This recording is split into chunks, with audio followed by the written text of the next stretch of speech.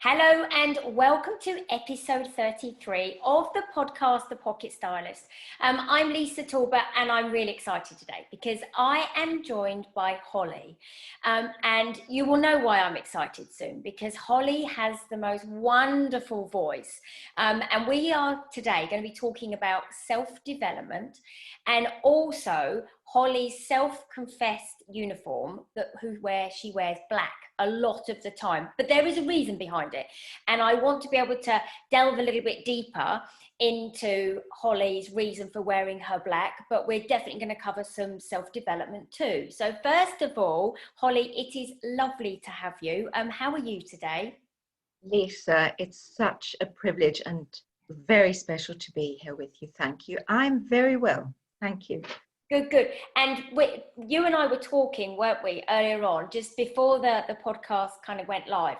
And you were saying that you have a very special birthday for somebody coming up. And you have already got a cake prepared with the flour sieved and the eggs cracked ready, so that when you finish this lovely podcast, you're going off to make a birthday cake, aren't you? I literally am. You're absolutely right. It's all ready to go. Chocolate and almond and honey sponge, all ready to mix and bake. That sounds so nice. And do you know what, you've got it all planned, which is fantastic. So Holly, just tell everybody, what do you do for a role? Because you have the most wonderful job, but there's lots of different arms to your job, isn't there? Which is why, I picked up on the whole self-development piece, because I think that's really, it's kind of a partnership that comes with clothing as well. So just explain to everybody what you do and a little bit more about yourself. Lovely. Thanks so much, Lisa. I am in the background. I'm a wife and a mother. I've been married for 30 years. I was born and grew up in South Africa, and I have heritage there and here in the UK, and I gave birth to my children in Australia. So I've lived full time on 3 continents. I'm a writer and a speaker now, and moving also consulting and moving more into the transformational leadership coaching, mentoring role. So that's in a nutshell. I'm managing things very naturally. My ethics stand on authenticity, naturalness, and sustainability. So those are important to me in anything that I do, any decisions I make. They're measured against those. And our home is run as naturally as possible. And our garden has always, wherever we've lived, has always been managed without chemicals and in a biodiverse way. So that's just, in a nutshell, I wear many hats. Yeah, but they're lovely hats, aren't they? And you were saying to me, you're just outside of Scotland, aren't you? We're right down in the south of Scotland. I can see England when I go for a walk. We can or stand upstairs, I can see England. The border's not far from here. Oh, how lovely. And do you know what? That is a lovely part of the world, because my dad was a Scotsman. So, I had family up in like Ross-shire, and they were right up the top. And it's a beautiful part of the world. Holly, with regards to self-development, does it, we all talk about self-development, don't we? And it always has kind of, people think of it in different ways. What do you see as self-development? Because I think it's really interesting, because of what everybody has gone through over the past 18 months. It was such a huge curveball that hit everybody, both from a business point of view, from a work point of view, and also from a personal point of view. And I think in some ways, none of us have ever been through anything like that. Depending on your age, obviously the ladies and gentlemen that are elderly, they might have gone through the war. They went through something pretty dramatic in their lives. But for a lot of us, none of us have ever experienced this. But I've spoken to a lot of people along the way. They've used it in a positive way, to try and do something different. And I am assuming, and please correct me if I'm wrong and guide me on it, the self-development piece has been very strong, hasn't it, over the past 18 months? Yes, are you referring to me personally, or do you think generally in the world? Or Generally. So yeah, generally, Holly. yes, and I think if we, I'm sure there will be people listening into this conversation from many parts of the world. So just to make the point that there are still places who are in lockdown and going in and out of lockdown, and there would still be people experiencing what we've been experiencing in the last 18 months. And it's been enormously challenging. In the UK, it's been very, very hard. Yeah. From the self-development point, and have you seen in your business people really taking like a 360 turn on what they do, how they do it, why they do it? Because I know from a clothing point of view, you know, I've watched people go from one end of their wardrobe and not use the rest of it for the whole time. So, you know, people have definitely evolved into maybe different characters. They've gone into different jobs. They've gone into, you know, I suppose retraining and re-educating themselves. Do you see that as, that comes under a self-development banner? I think so. I think anything that requires us to dig deep and reassess and adjust definitely is under the self-development.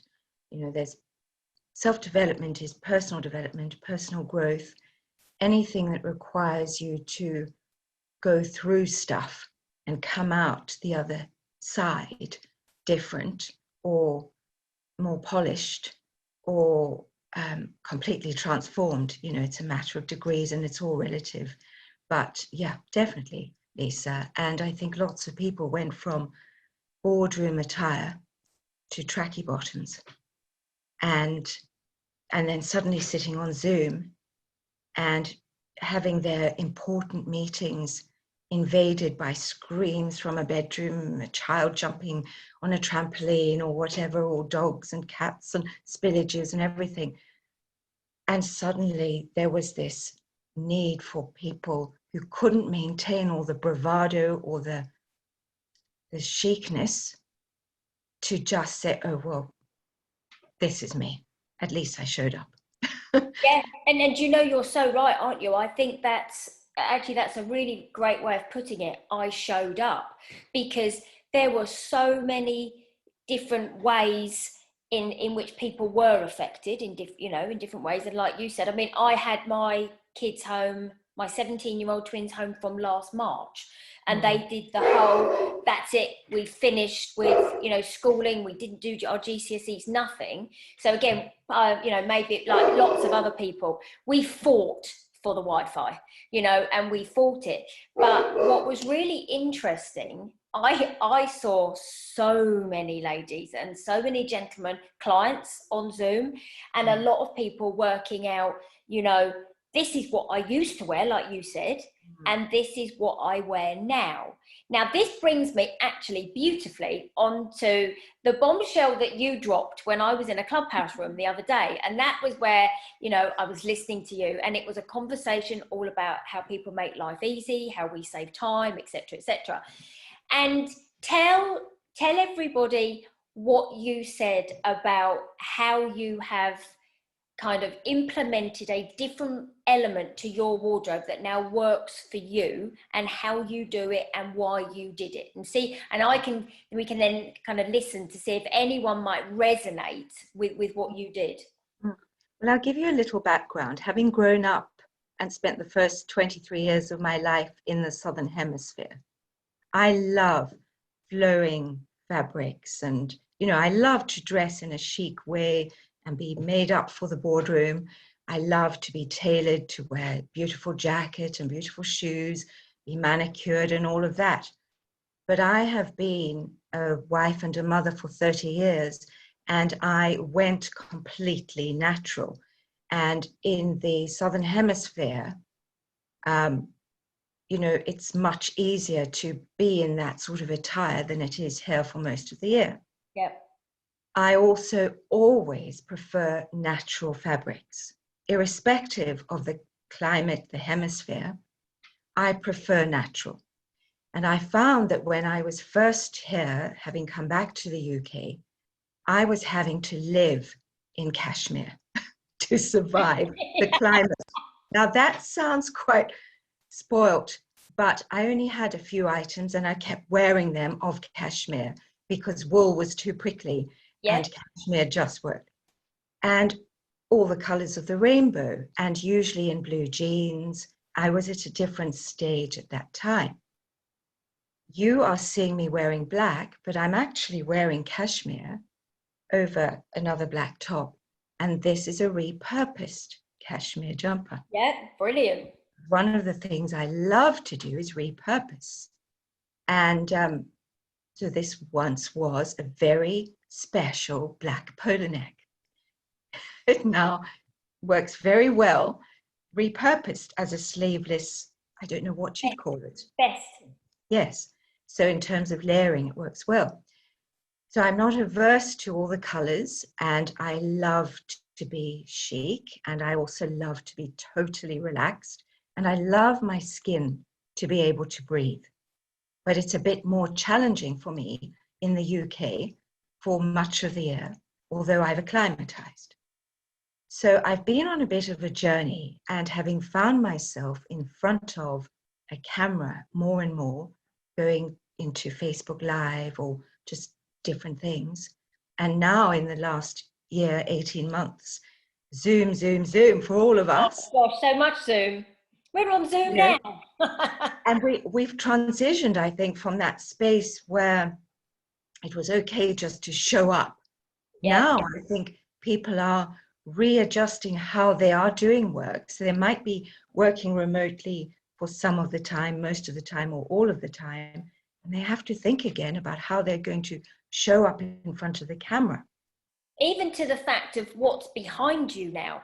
You know, it was exactly, you know, I know we obviously talk about clothing, but, you know, when Zoom first happened, didn't it? It was like, well, where am I going to put my computer as to what is someone going to see behind me before they came up with these wonderful filters, you know, and it's so true. And actually it let you into people's house more, didn't it? Because you were like, oh, you've got that painting on the wall, or oh, you've got that plant behind you. It was really interesting with regards to that. But please carry on with regards to your clothes. We digress. Right. So you heard me yesterday on Clubhouse in a very special space on a stage say that I am only wearing black. Now that was probably a little bit far-fetched, but I had literally not long before gone to my phone to continue with my Clubhouse journey in that hour, having come from the kitchen where I saw my week's worth of washing, because I'd done all my own washing in one go. And it was all black, everything, you know, from the jeans or trousers to the long sleeve, to the, you know, everything all the way in and out. And I just thought, this is hilarious. I should take a photo and pop it onto Instagram. And I remembered hearing that at some point, Steve Jobs decided, I'm just going black. Or, you know, he picked a uniform. I'm not quite sure which or both, whether he only wore particular clothes and they happened to also be black. I don't know. But I have a variety of things that are black. And the great thing about black is you can add a scarf, you can add a jacket, and it can be a completely contrasting color. Yeah. It's practical. I don't currently have somebody helping to clean our home. So, you know, if I'm going to be having to do practical things like vacuuming or hoovering, however, you know, we say it, I don't want to show up shabby in front of a Zoom meeting in half an hour. So I need to be quite flexible. Yeah. Now, I love your blouse. I love that shirt. I love that. I love leopard. It's sort of a leopard print, isn't it? It is, yeah. For anyone who's listening on the podcast, I have got a chiffon animal print shirt on because I love animal print. Yes, I have. Me too. I absolutely do. And having grown up in Africa, to me, that connects me with Africa too. Yes. So I love it, and I love the tones, the colors you're wearing. And I'm very visual. And years ago, when we were in Australia, and I'd only been there a few months, I met a couple who, I think she was Australian, or is Australian, he's South African. And we'd got together a few times, and they just came out and said, Holly, you're a stylist. And I hadn't realized that. But I'm very conscious I love things to be just harmonizing. I love colors to work together. But black suits me, Lisa, because it's practical. You know, I can buy things en masse. I can buy 3 of something, 5 of something, like socks. I won't name the brand, but there is a brand of cotton sock that I buy in black. And, you know, when they start looking holy, I get another scent. You know, it just saves time. It saves time, energy. Do you tend to wear black for both your personal and your business life then? Or do you find that you use black because it's quick and, like you said, it saves time? Or do you find that then on a weekend, if you were going out with friends or you were, you know, your family or anything like that, that you tend to inject those color, or do you tend to inject color to black? I will do both. I will, absolutely. Or I'll just go out in black. It's so easy to look prepared in black, or to have a basic silhouette of black and then add some touches. You could also do that with white. You could do it with navy. You could do it with red. You can do it with your shade of green. You know, it's the block color. It is. It's what we call the base neutral tone. So what's really interesting, black carries a lot of blue. So colors either carry a yellow undertone or a blue undertone, and black carries a blue undertone. Now, if you were going completely down a road of pure color analysis, only a quarter of the world's population can wear black. The rest of it can't. Wow. So, but what's really interesting, as a stylist, I can say to somebody, look, black is not your best tone, because it could be, it might not be, it might be someone's perfect tone. But if it's not, I think from an educational point of view, a stylist job is to help anybody, male or female, wear colours that they love. Now, there are definitely certain colours that suit a skin tone way, way better. And that is when the face can look light and bright and clear.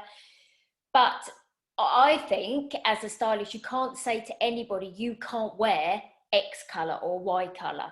So actually, let's change it in a way, like, you know, black.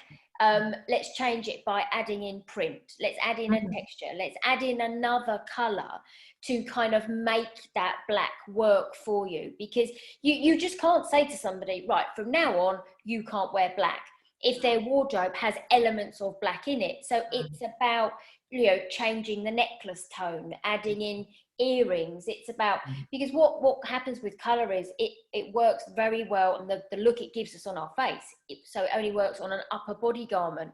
So the light comes from your doors, or the daylight, it hits the décolleté area, which is obviously just between the bust, and lifts upwards. The wrong color can make us feel quite dull and skin lifeless and things like that.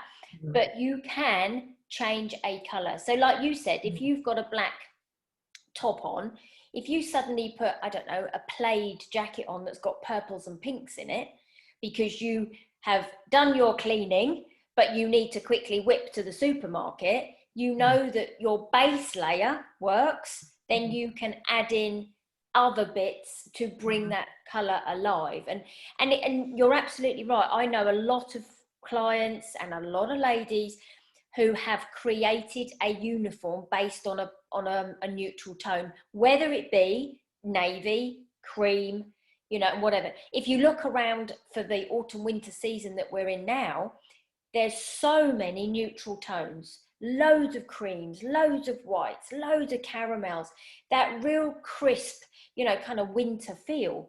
But it's really interesting how certain leaders, like you said, Steve Jobs and others, have created themselves a uniform, predominantly to save time. I think it can be a style uniform as well. Mm-hmm. When we were in Australia, permanently, I wore a lot of white. And Different climate though, Holly, isn't it?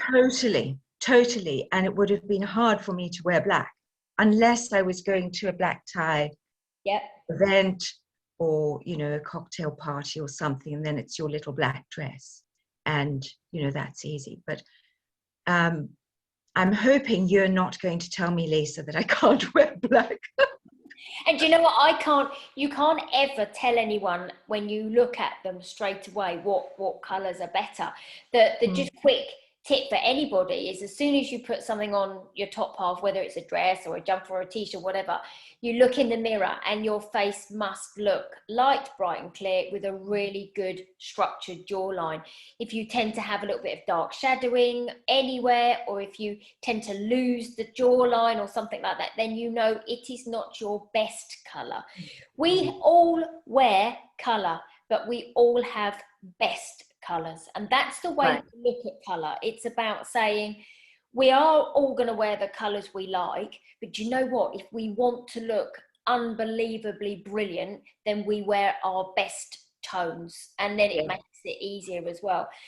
It's interesting because it links very nicely to what we spoke about earlier, which was the whole self-development piece, because I do think people use clothing as a way of sometimes a suit of armor, so they wear what they feel gives them confidence, that positive mindset, and then they also use clothing in a journey, because if ladies and gentlemen have been with you and they talk about self-development and whatever, as the journey goes through, it's really interesting how clothing plays such an important part in that journey. Yes, I agree.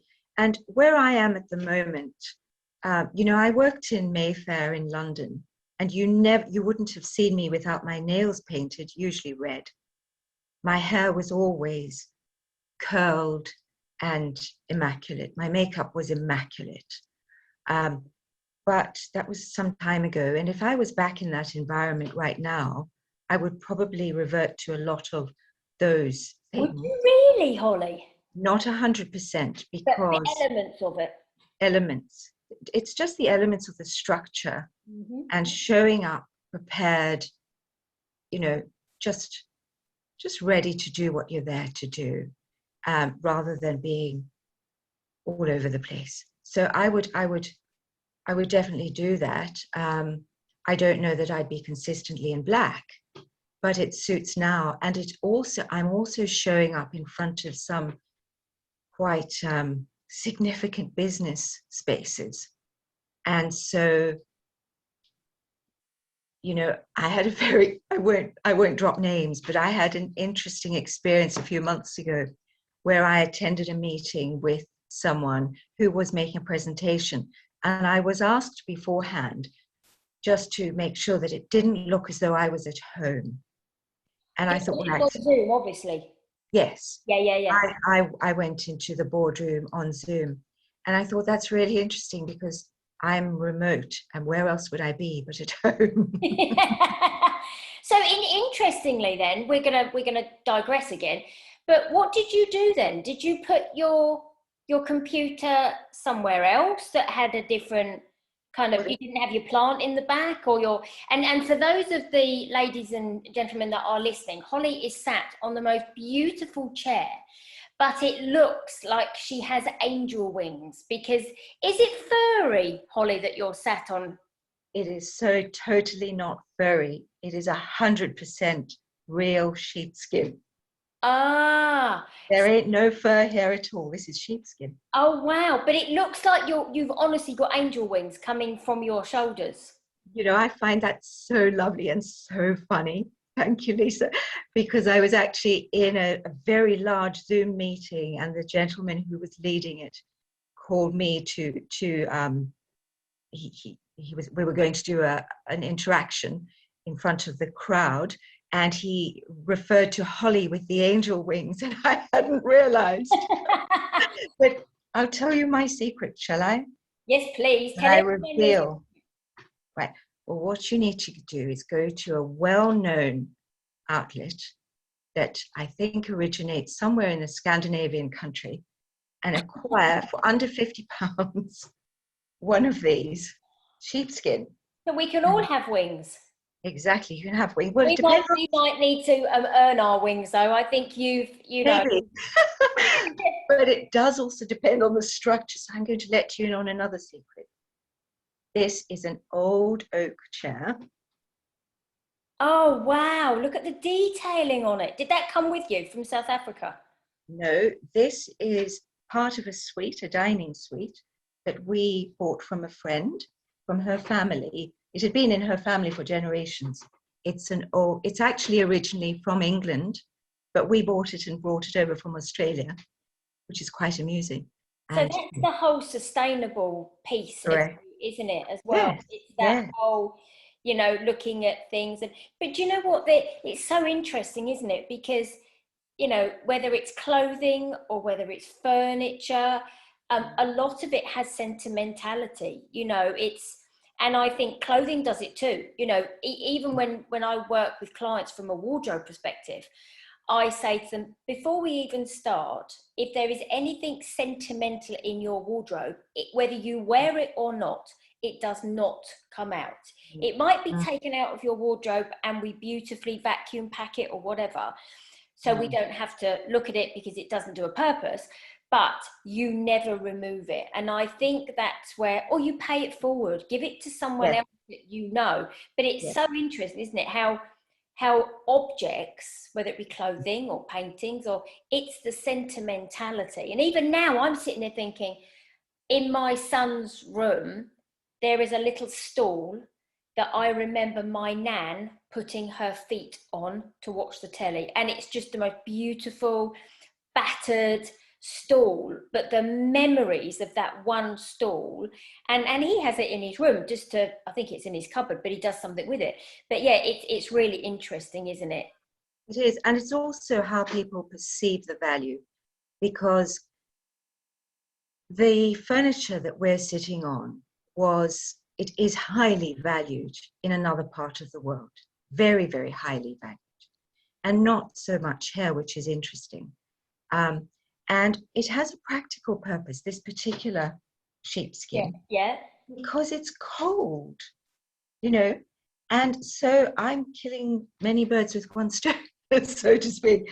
I'm comfortable. I'm in this chair for many, many hours, but I can change my background by putting my laptop in other spaces. Oh, that I was going to say, that's what we started this conversation, wasn't it? With the gentleman that said, so do you moved for that occasion? You moved to appear not like you were at home? Yes, on that occasion, I was conscious of the lighting and all that sort of thing. It was very early in the morning, and it also depends on the season as to how much. And I currently don't have a ring light, which is something we need to invest in. So I carefully placed myself somewhere that had a completely neutral background, rather than using a Zoom background, because I actually sometimes find them a little bit freaky, the way they move. And and you don't quite know what's going on. So I just put myself in an honest environment, and had a cream curtain behind me. Yeah. Do you know, it's so interesting, isn't it? And I don't think we probably would ever have done it before. But even now, when you're watching something on the television, whether it's a news piece or an editorial or something like that, and they're talking to a guest, you think, you haven't got a ring light on, because sometimes they look so dark. Whereas before, wouldn't have even crossed your mind. But now you kind of go, your lighting's not too good. And I think it's so interesting how this past 18 months has made so many differences with so many different things, and the way we work and the way we use our clothes and everything like that. So Holly, just before we close, because I know, obviously you need to go make the cake as well for a start. I cannot be held responsible for your birthday person not having their cake. What have you got coming up at the moment? What are your plans towards the run up to Christmas? And doesn't that sound bizarre? But when you suddenly go, it's probably only about 9 weeks to Christmas. But what have you got coming up in the run up to Christmas? Well, I actually have quite a lot going on at the moment. And as we were touching on self-development, one point to make is that for those who don't know me, I suffered a very significant breakdown in 2006. And that might seem like a long time ago, but it was an agonizing journey back to me. And I have had to learn an enormous amount again, everything from driving to speaking, let alone cooking or baking, etc. So the person you're speaking with right now, Lisa, I've been on an enormous journey to get to this Wow, point. Holly. And that's involved a lot of digging deep. And one of the things that has been immeasurably helpful to me is signing up for the Brainathon. It was in March 2018, run by John Assaraf. And so one of the things I'm actually doing this week is helping, because he helped me so much and he is one of my mentors, and I do consider him a friend and a life coach. And I am in very frequent contact with them. So one of the things I'm doing this week is helping to promote that. I'm conscious that when this podcast goes to air, that time will, if that's not as current. So I'm working on that. I am currently getting my next newsletter ready because I will be divulging more of what I'm up to in there because I have various things on the go. So that's probably the simplest thing to say. I'm working on the next newsletter. My podcast next season is in process. Holly, what's your podcast called? It is Talking Hearts. Oh, lovely. Thank you. And it's not just about the feely stuff. Everything has to be authentic, whether I'm speaking to a CEO or, somebody at the head of a council department or an entrepreneur or someone who's just gone through something, male or female, it doesn't matter. What I'm interested to know about is their journey and how they came to the other side and what they have to share with someone else to help them on their journey of self-development. Yeah. Wow. And personal and business development. So that's the podcast, and that's grown out of my blog. Wow. And do you know what? We haven't touched on it, but where can people come and see you on Instagram? Because I've just called you Holly because you are a beautiful soul inside and out. The more I talk to you, the more I get drawn into you. What's your Instagram for people to come and find you so they can hop over and see? And obviously it will be in the show notes. I've popped it in there as well. But just tell everybody how to find you on Instagram. Thank you. I have two main Instagram accounts. My personal blog is simply Holly Maxwell Boydell. And then I have one that is purely business, and that is Holly Maxwell Boydell Official. Lovely. It has been a complete pleasure chatting to you. Very calming. Your voice is wonderful. I've listened to you on Clubhouse for many a week, and it has been a pleasure listening to you with regards to the self-development and the clothing. And all I have to say now is thank you to everybody for listening. Holly, thank you so much. Good luck with your wonderful cake baking. You might have to put a picture up so we can all see that. But thank you to everybody who's listening, and we will see you all next week. Thanks, Holly. Bye-bye. Bye. Thank you.